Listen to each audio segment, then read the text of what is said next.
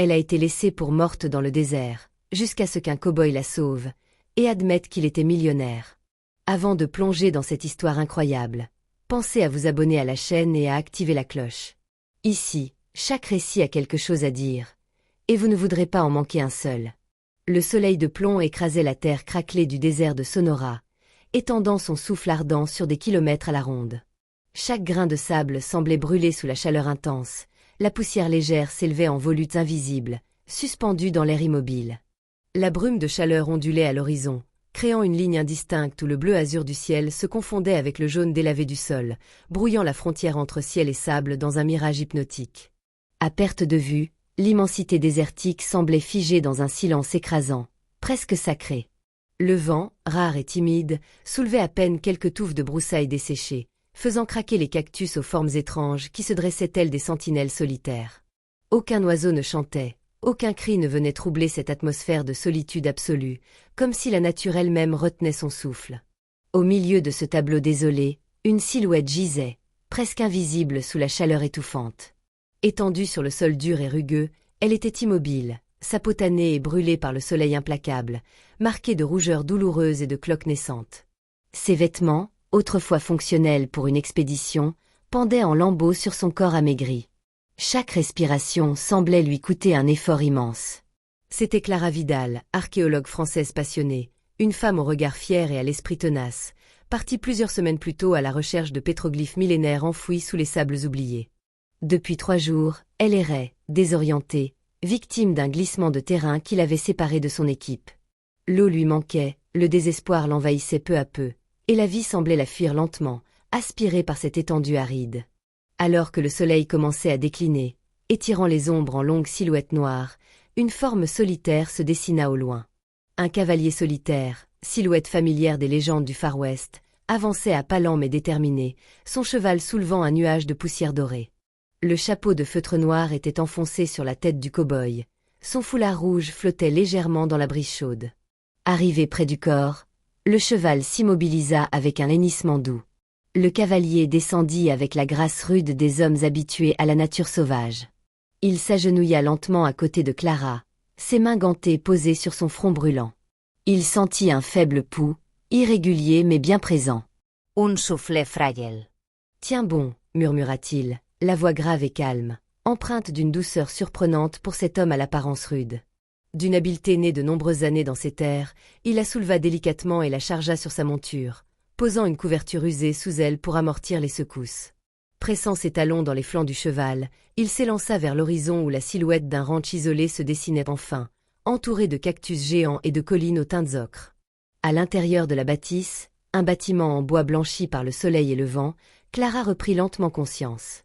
La chaleur de la pièce lui semblait étouffante, sa bouche était pâteuse, sa gorge sèche et en feu, et ses paupières lourdes.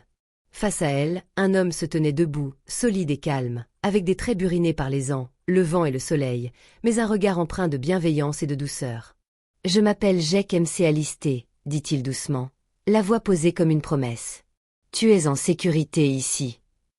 Les jours suivants furent une lente lutte contre la faiblesse.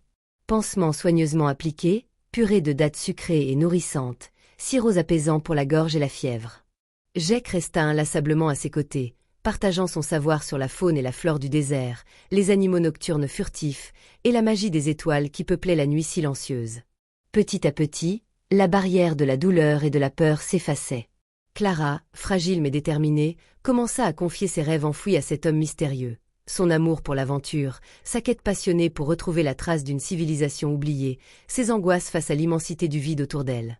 Mais Jake, lui, gardait jalousement le silence sur son propre passé, comme un secret enfoui sous les sables brûlants, attendant le moment où il pourrait enfin se révéler.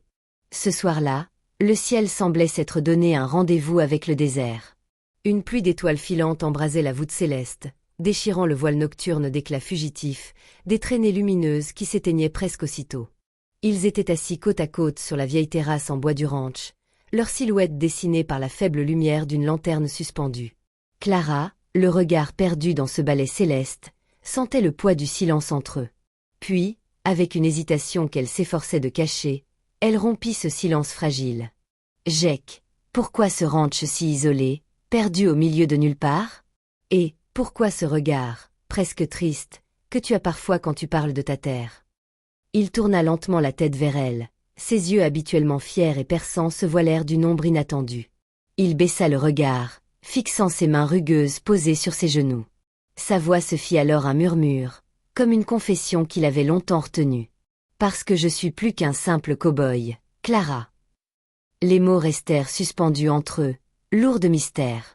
Puis, se levant avec précaution, Jake se dirigea vers un vieux coffre de bois patiné par les ans, posé dans un coin obscur de la pièce.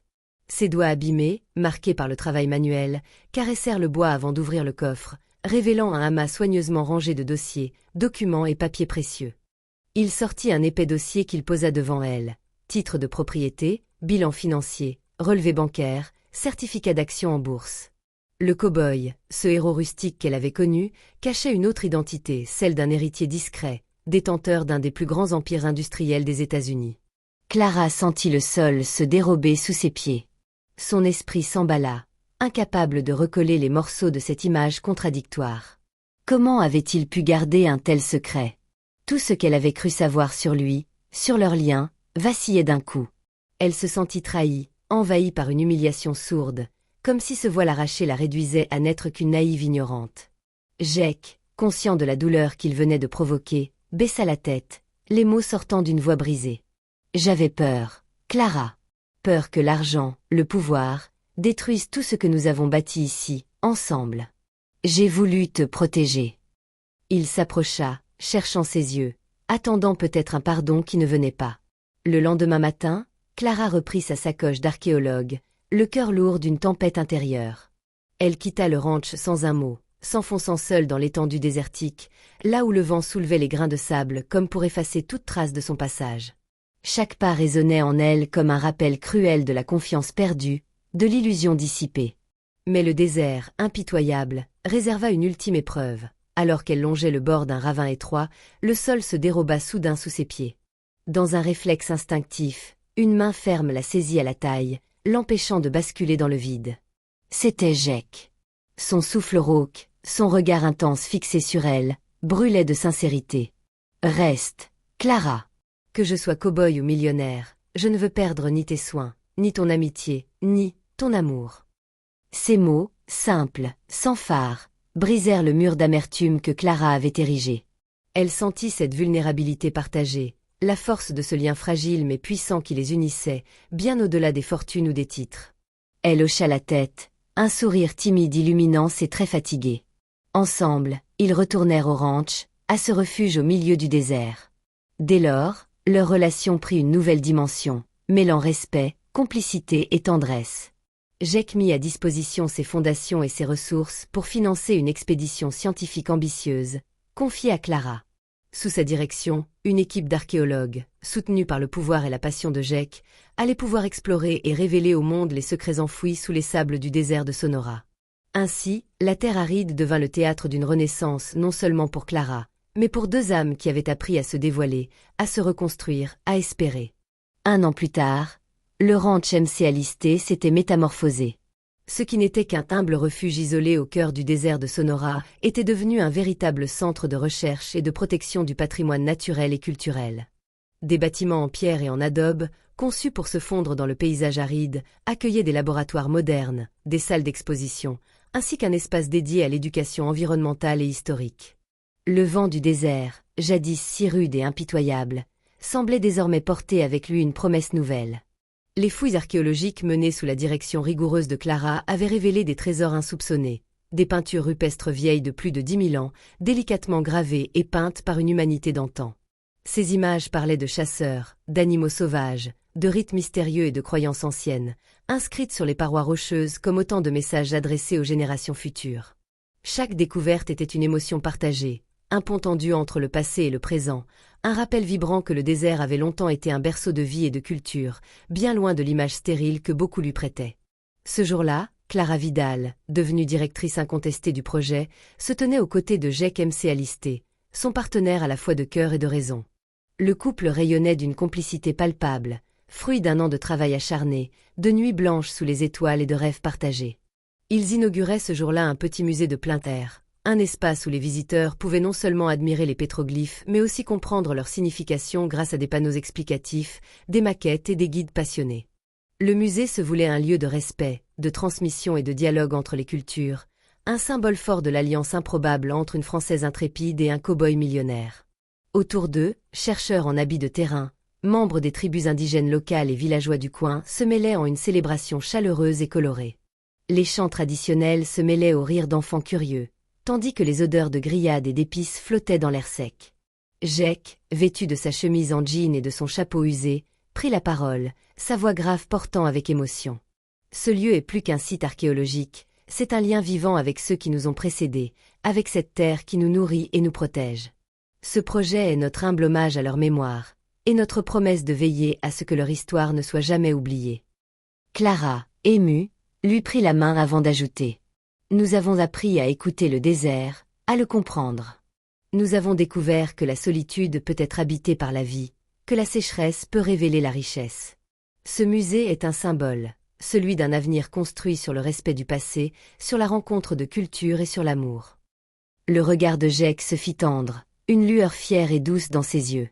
Il savait que leur chemin avait été semé d'embûches, de doutes et de secrets, mais aussi qu'il les avait conduits à cette vérité universelle. La richesse ne se mesure pas en fortune, mais en connexions humaines, en héritage partagé et en espoir commun. Le désert de Sonora, jadis hostile et silencieux, était devenu le berceau vivant de leur rêve commun, un rêve où le passé s'allie au présent pour bâtir un avenir où l'homme et la nature cohabitent en harmonie.